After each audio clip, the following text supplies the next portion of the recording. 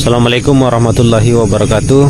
Jumpa lagi sahabatku di channel Petani Sawit.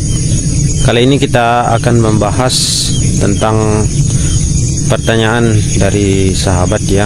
Ada yang menanyakan sebenarnya yang menentukan pupuk si sawit tersebut, si sawit sendiri atau kita yang punya sawit. Nah, sekarang kita akan membahasnya.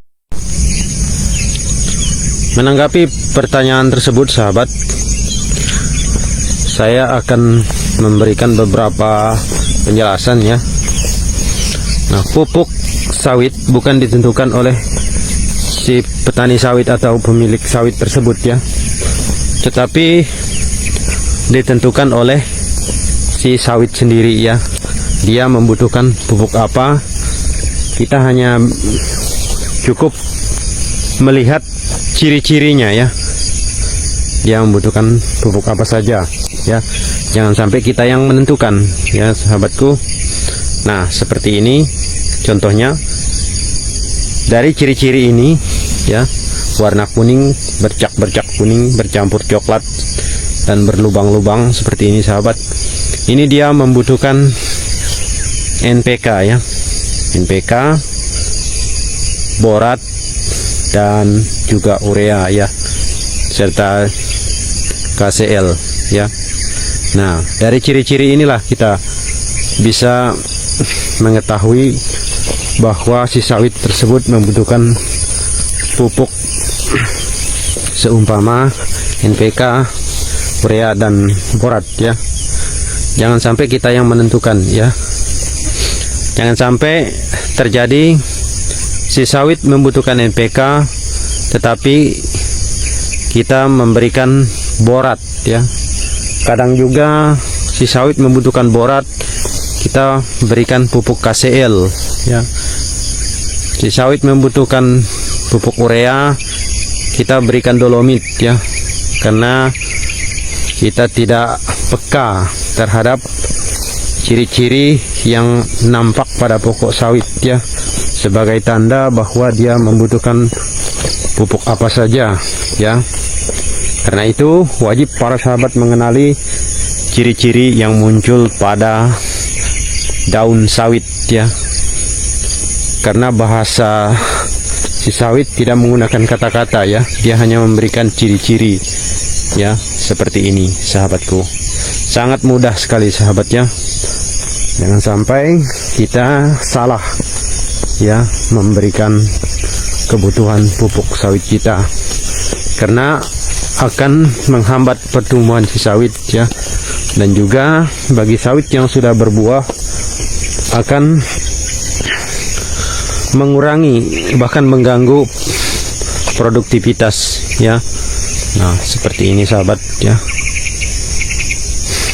Dan tentu saja bukan hanya faktor tersebut ya, tentu saja kebersihan ya, sanitasi, drainase ya, perlu kita perhatikan juga.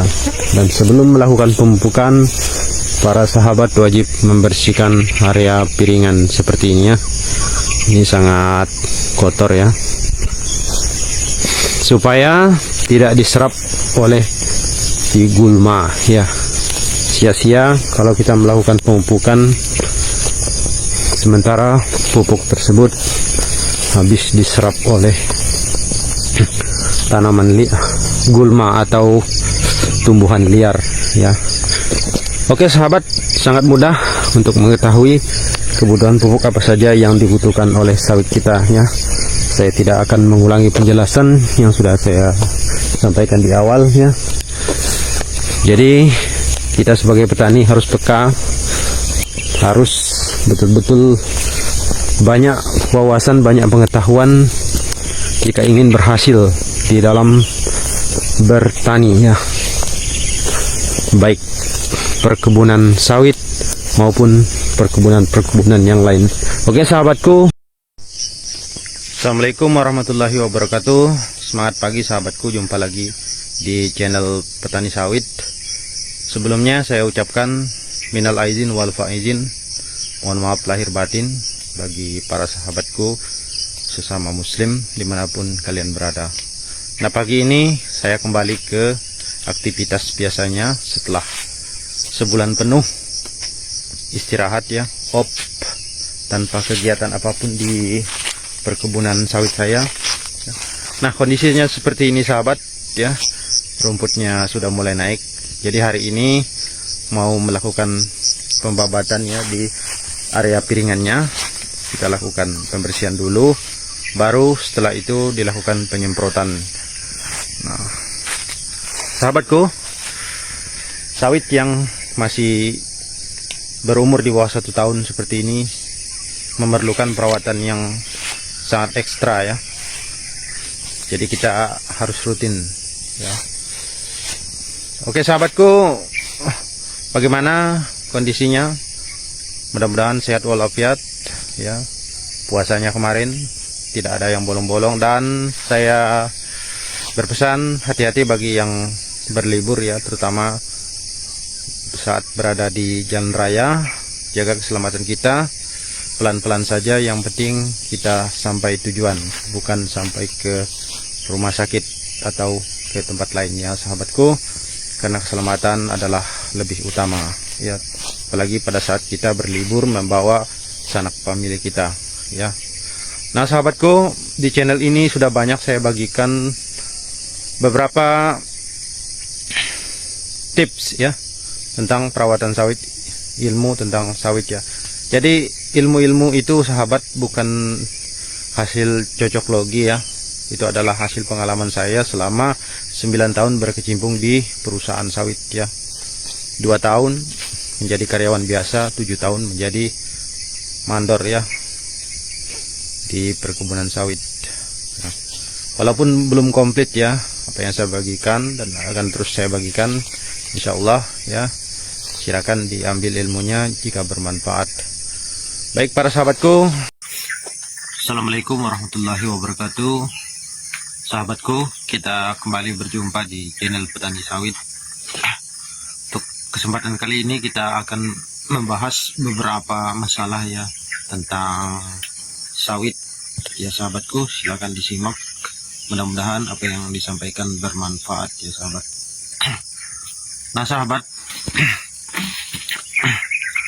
sebelum kita melakukan penanaman sawit, maka kita harus betul-betul menguasai dulu ya ilmu ya tentang sawit itu sendiri ya.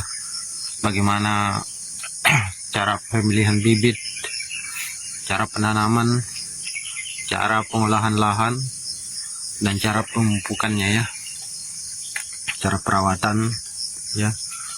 Nah sahabatku,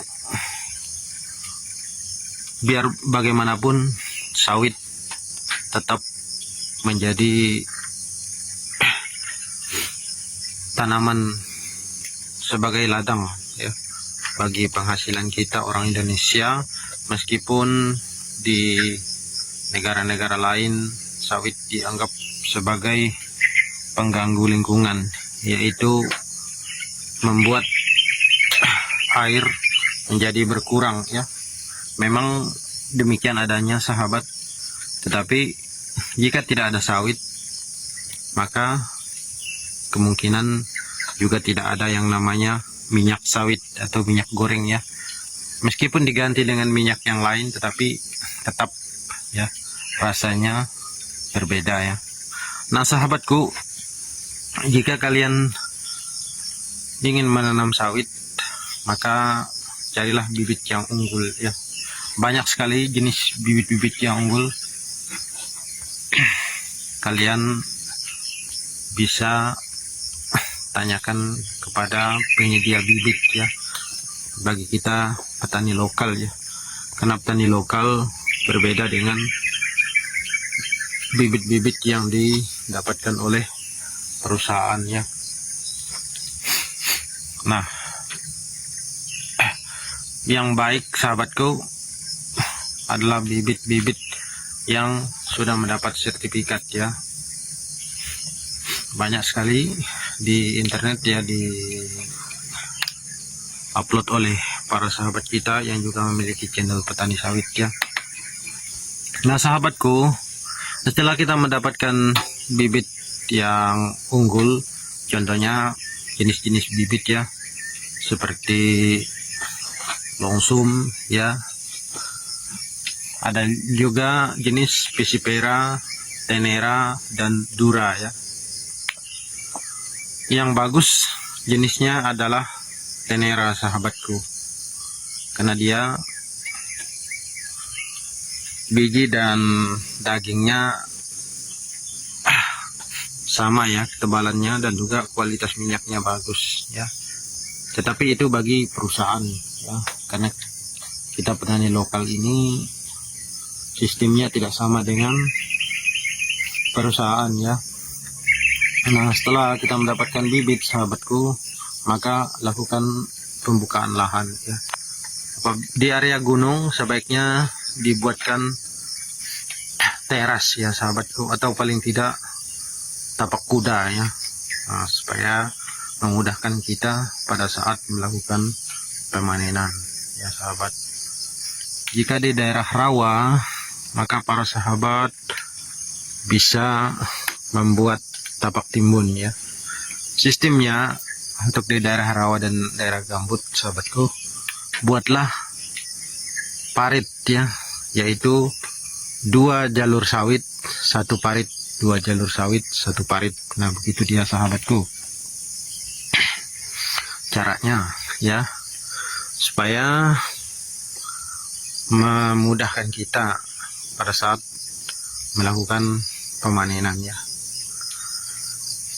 Kita tidak perlu terlalu banyak menyeberangi parit ya. Jangan membuat 1 parit 1 jalur sawit ya, karena itu terlalu memakan banyak biaya ya, apabila kita menggunakan jasa alat berat ya. Nah sahabatku,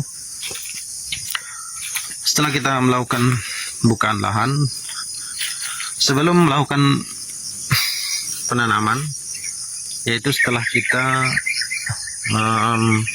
buat lubang, jangan langsung ditanam ya sahabatku. Silakan dulu para sahabat taburkan dolomit ya, untuk menetralisir asam tanah ya, yaitu ini untuk yang di daerah rawa ya, dan juga gambut ya. Kalau di daerah gunung tidak perlu sahabatku, tetapi alangkah lebih baiknya juga silakan ditaburi dolomit ya, pupuk dolomit, meskipun di area gunung ya. Nah itu dia sahabat. Nah setelah selesai penaburan pupuk dolomit, baru para sahabat melakukan penanaman ya. Dan ingat sahabatku, untuk polybagnya silakan dibuka, dibelah ya, jangan sampai kita potong di bagian bawah ya, karena ada saja biasanya yang menanam sawit dia malas membuka polybagnya, langsung dipotong di bawah dengan tujuan supaya akarnya keluar lewat bawah, katanya begitu. Tapi itu salah sahabatku. Kenapa salah? Karena memperlambat ya pergerakan daripada akar yang berada di samping ya. Lebih baik dilepas semua, kita belah ya. Nah setelah itu para sahabat lakukan pembersihan ya, sanitasi, dan jangan dulu ditaburkan pupuk jenis lain ya sahabatku. Alangkah lebih baiknya 2 tahun ya, kemudian baru dilakukan pemupukan NPK ya, borat. Dan tapi borat jika untuk sawit yang umur sebelum TBM dia belum direkomendasikan ya sahabatku. Sama juga dengan urea ya, lakukan pemupukan NPK saja dulu ya, setelah berumur 2 tahun. Jika masih belum berumur 2 tahun, sebaiknya ya para sahabatku, sebagaimana yang dilakukan oleh perusahaan, kita tidak perlu melakukan pemupukan dulu. Kita cukup melakukan sanitasi dan pembersihan pada area parit ya, yang tadi kita buat. Nah, kita lakukan rutin, bisa dilakukan 2 minggu sekali, atau jika kita adalah orang yang sibuk bisa kita lakukan seminggu sekali ya untuk pembersihan. Nah, setelah genap 2 tahun lakukan pemupukan NPK ya sahabatku, yang mengandung nitrogen, fosfor dan kalium ya. Jangan kita taburkan pupuk yang lain ya sahabat ya. Jangan sampai yang kita tabur hanya pupuk urea ya. NPK itu pupuk yang komplit ya sahabatku, yang mengandung semua unsur. Jadi itu yang diutamakan. Jika kita mengikuti anjuran perusahaan ya, sistem mereka, pupuk NPK itu 2 tahun, 1 tahun 2 kali penaburan ya. Dia sangat diutamakan karena NPK itu adalah makanan pokok bagi sawit ya. Adapun pupuk yang lain seperti urea, borat adalah pupuk tambahan yang bukan pupuk utama, bukan makanan pokok bagi si sawit tersebut ya. Nah, lakukan rutin 1 tahun 2 kali penaburan NPK ya sahabatku. Nah, setelah mulai tumbuh bunga, kita mulai lakukan pemupukan urea ya, dan borat. Urea dan borat cukup 1 kali ya sahabat dalam 1 tahun.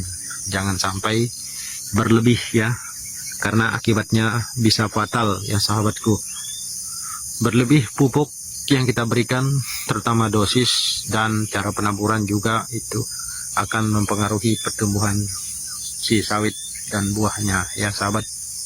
Nah, untuk penaburan pupuk sahabatku, NPK, urea dan borat untuk sawit yang berada di bawah usia 5 tahun, silakan para sahabat menaburnya sekeliling pokok ya, secara melingkar.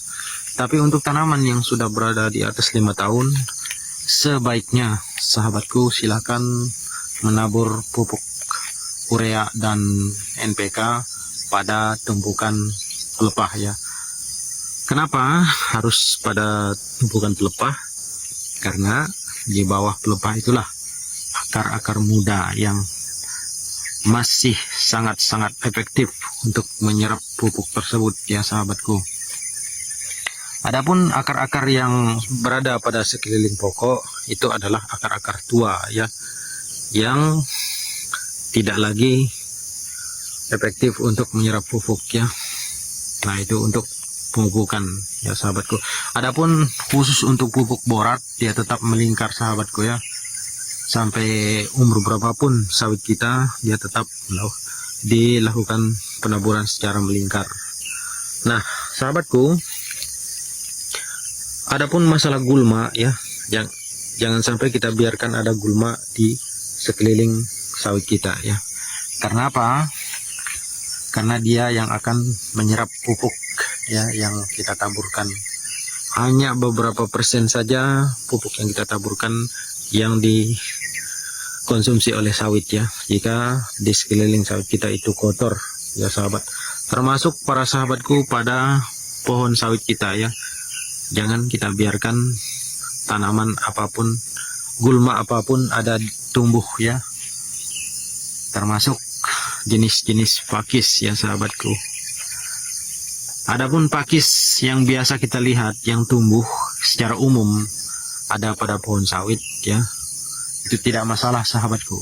Nah, di channel ini saya sudah pernah membuat ya video tentang jenis pakis yang boleh dan yang tidak boleh ya, ada di pohon sawit kita. Silakan para sahabat scroll ya, di sana sudah ada. Nah, untuk sistem pemupukan sahabatku, para sahabat boleh saja menambahkan dengan jenis-jenis pupuk lain ya, apabila memang dibutuhkan ya sahabatku. Para sahabat harus tahu dan melihat kebutuhan pupuk apa yang dibutuhkan oleh sawit kita. Itu bisa dilihat, bisa sahabat deteksi pada daun sawit ya. Di situ akan terlihat. Untuk masalah tersebut juga saya sudah jelaskan ya pada konten-konten yang lain ada di channel ini sahabatku. Jadi para sahabat silakan melihat di sana ya. Nah, saya kira untuk sementara pembahasan kita cukup sampai di sini dulu sahabatku. Semoga bermanfaat. Assalamualaikum warahmatullahi wabarakatuh. Jumpa lagi sahabatku. Kita kembali melanjutkan topik kita sebelumnya. Ini adalah part kedua atau bagian kedua daripada perbincangan kita sebelumnya ya. Sekarang kita membahas tentang cara pemupukan ya, pemupukan dan beberapa topik yang lain ya. Kita perdalam lagi masalah pemupukan sahabatku. Nah, untuk pemupukan para sahabat, kita jangan terlalu dekat ya dengan pokok sawit atau pohon sawit, apalagi sawit yang masih berumur di bawah 1 tahun ya. Minimal 1 meter atau 1,5 meter ya sahabat ya, paling ideal 1,5 meter. Nah, untuk dosisnya para sahabat kurang lebih setengah kilo ya, atau bisa lebih dikurangi lagi ya sahabatku. Supaya apa? Supaya tidak menjadi penyakit ya, mengganggu daripada akar sawit kita ya. Karena akar sawit meskipun pupuk tersebut adalah makanan baginya, tetapi bisa juga merusak pertumbuhan daripada akar sawit itu sendiri ya. Akar sawit memiliki beberapa jenis ya sahabat. Di dalam channel ini saya sudah membahasnya ya. Jadi untuk pupuk NPK ya, silakan disesuaikan ya dengan umur tanam ya. Nah, untuk borat ya, karena borat dimulai pada saat berbuah pasir ya, maka dosisnya 0, sekian ya, 0,5 ya, kecil sekali sahabatku. Dan cara penaburannya juga melingkar ya. Terus sampai kapanpun ya, untuk pupuk borat dia tetap melingkar. Dan dosisnya juga sahabatku tidak berubah ya, karena bahaya sekali apabila dosis borat terlalu tinggi ya, maka mengganggu pertumbuhan sawit kita ya. Kemudian untuk pupuk urea ya, sama seperti borat, cukup 1 kali dalam 1 tahun. Untuk sawit yang masih TBM ya, atau berada di bawah 3 tahun atau maksimal 5 tahun, kita tetap melakukan penaburan secara melingkar. Atau ada juga cara lain yang biasa direkomendasikan, yaitu dengan sistem menanam ya, tapi itu lambat sahabatku. Kita bekerja memakan waktu yang cukup lama ya. Memang sangat efektif ya untuk di daerah lereng ya. Oleh karena itu sahabatku, apabila kita menanam sawit di daerah gunung, bukit ya, di daerah lereng, usahakan kita membuat tapak kuda ya, supaya bisa melakukan pelaburan pupuk secara melingkar tanpa melakukan penanaman pupuk atau kita lubangi, tidak perlu ya sahabatku. Itulah pentingnya daripada tapak kuda ya. Dan juga mempermudah kita pada saat melakukan pemanenan sahabatku, kita tidak tergelincir ya. Memang membutuhkan biaya yang besar ya apabila kita menggunakan jasa alat berat, tetapi bisa juga kita gunakan cangkul ya secara manual sahabatku. Jadi kita tidak perlu memikirkan biaya ya. Para sahabat harus mempersiapkan secara matang ya sebelum melakukan penanaman sawit ya, baik itu di daerah rata maupun di daerah perbukitan ya. Nah sahabatku, apabila kita sudah selesai, umpama tahun ini kita sudah selesai melakukan pemupukan NPK ya. Misalkan kita memupuk NPK di bulan Januari, maka di bulan Februari kita bisa melakukan pemupukan urea ya sahabatku, untuk sawit yang besar ya, untuk sawit yang sudah berbuah. Nah, di bulan berikutnya atau beberapa bulan kemudian kita bisa melakukan pemupukan borat ya, tergantung kebutuhan. Nah, setelah itu di bulan Oktober atau November kita bisa melakukan pemupukan NPK kembali ya. Usahakan melakukan pemupukan NPK sebanyak 2 kali dalam 1 tahun sahabatku, jika kita menginginkan hasil yang maksimal ya. Karena sawit yang memakan unsur-unsur alami tidak akan menghasilkan buah yang maksimal ya sahabatku, berbeda dengan yang diberikan pupuk ya. Ingat para sahabatku, pupuk NPK adalah makanan pokok ya, jangan kita abaikan, jangan kita utamakan borat dan urea saja ya. Itu keliru sahabatku, banyak dari kita ya yang mengabaikan pupuk NPK dan mengutamakan urea serta borat ya. Adapun jenis-jenis pupuk-pupuk yang lain sahabatku itu hanya sebagai tambahan ya. Kita harus berhati-hati dalam memberikan pupuk ya. Memang banyak pupuk-pupuk yang lain ya, yang juga katanya cukup bagus ya. Tapi apabila para sahabat menggunakan jenis pupuk lain sebagai pupuk tambahan dan hasilnya bagus, silakan ya sahabatku. Yang penting kita perhatikan cara pemupukan, kapan melakukan pemupukan, dan dosisnya harus sesuai sahabatku.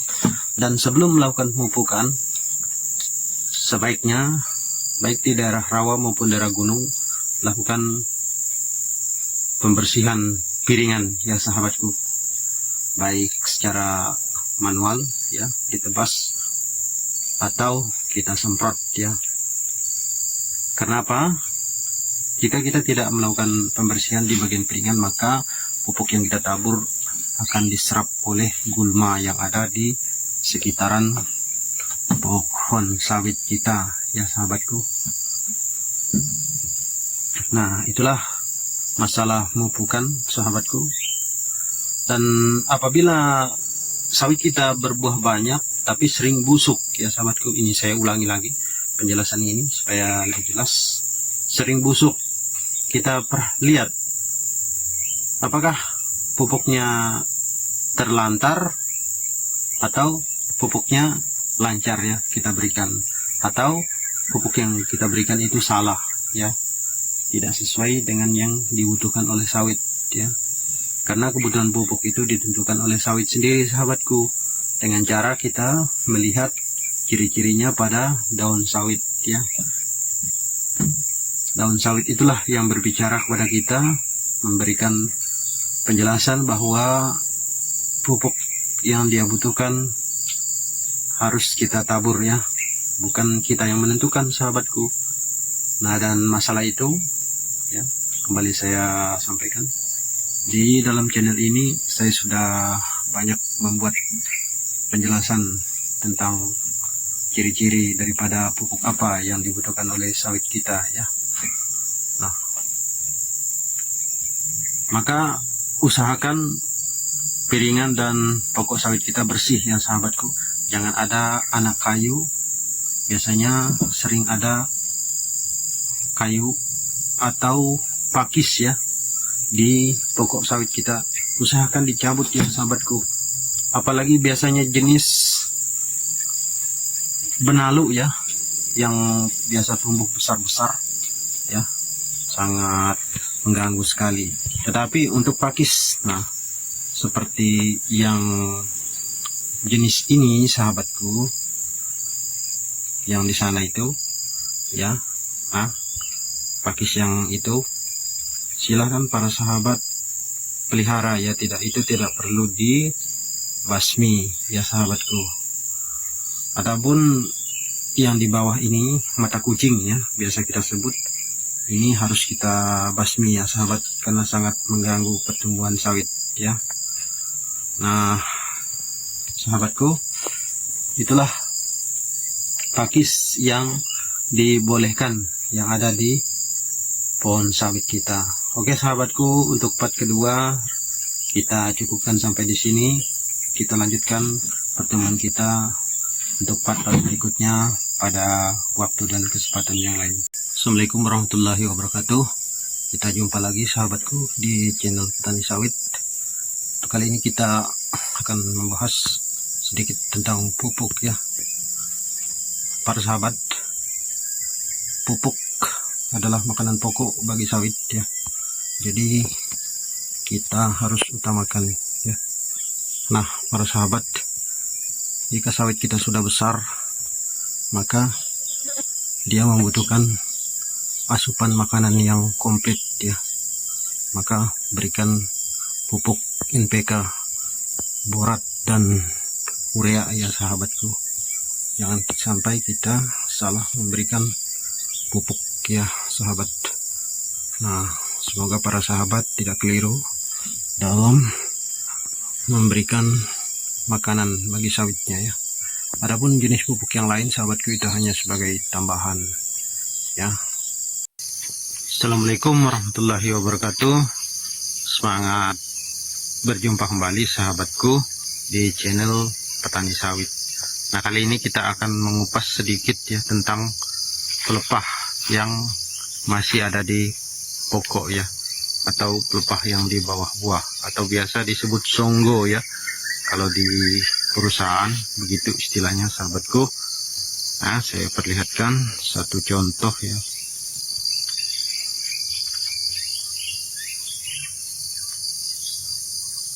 Nah ini dia sahabat. Nah para sahabat bisa melihat di atasnya ada buah ya. Sawit setinggi ini sahabatku minimal 3 ya, 3 pelepah di bawah buah ya sahabatku. Ini 1 ya. Nah di sebelahnya 2 ya. Nah contoh lagi yang di sana sahabatku. Nah ini adalah cara pruning yang keliru ya sahabat. Jika sawit masih berumur seperti ini, setinggi ini sahabat, jangan sampai kita sisakan pelepah di bawah buah hanya 1 biji ya, atau hanya 1 pelepah ya. Nah contoh lagi yang di sana sahabatku. Nah ini yang parah sekali. Apa fungsi daripada pelepah ini sahabatku? Fungsinya sahabat adalah untuk menghimpun, mengumpul sari-sari makanan, terutama dari pupuk ya yang kita tabur. Nah, jika tersisa hanya 1 seperti ini sahabat, maka makanan yang dibawa oleh sawit dari akar sampai ke tandan tidak maksimal ya sahabatku. Dan nanti kita bisa lihat ya yang ini, setelah berapa bulan kemudian buahnya tidak akan membesar sahabatku, karena pertumbuhannya sudah terganggu ya. Sayang sekali cara keliru seperti ini ya, ditambah lagi dengan pelepahnya berserakan ya sahabat. Inilah para petani lokal ya, karena kita kekurangan pengetahuan jadi seperti ini ya. Sawit-sawit yang dibuat songgo 1 seperti ini sahabat, dia akan mengalami kekurangan asupan makanan ya, dan buahnya tiba-tiba saja menjadi masak nanti sahabatku apabila sudah kita buat seperti ini. Karena itu tadi, asupan makanan sudah berhenti ya. Jadi para sahabat, jika memiliki sawit yang masih tingginya seperti ini, usahakan 3 ya, atau minimal 2 ya di bawah buah sawit ya, di bawah buah yang masih ada di pokok ya. Sisakan 2 pelepah, lebih bagus lagi 3 ya sahabatku. Nah, berbeda dengan yang sudah tingginya 6 atau 10 meter ya, itu boleh saja kita sisakan 1 ya, 1 pelepah ya. Nah begitu sahabatku ya aturannya untuk songgo atau pelepah di bawah buah sawit ya. Oke sahabatku, terima kasih, salam sukses buat kita, salam tanam berduri. Assalamualaikum warahmatullahi wabarakatuh.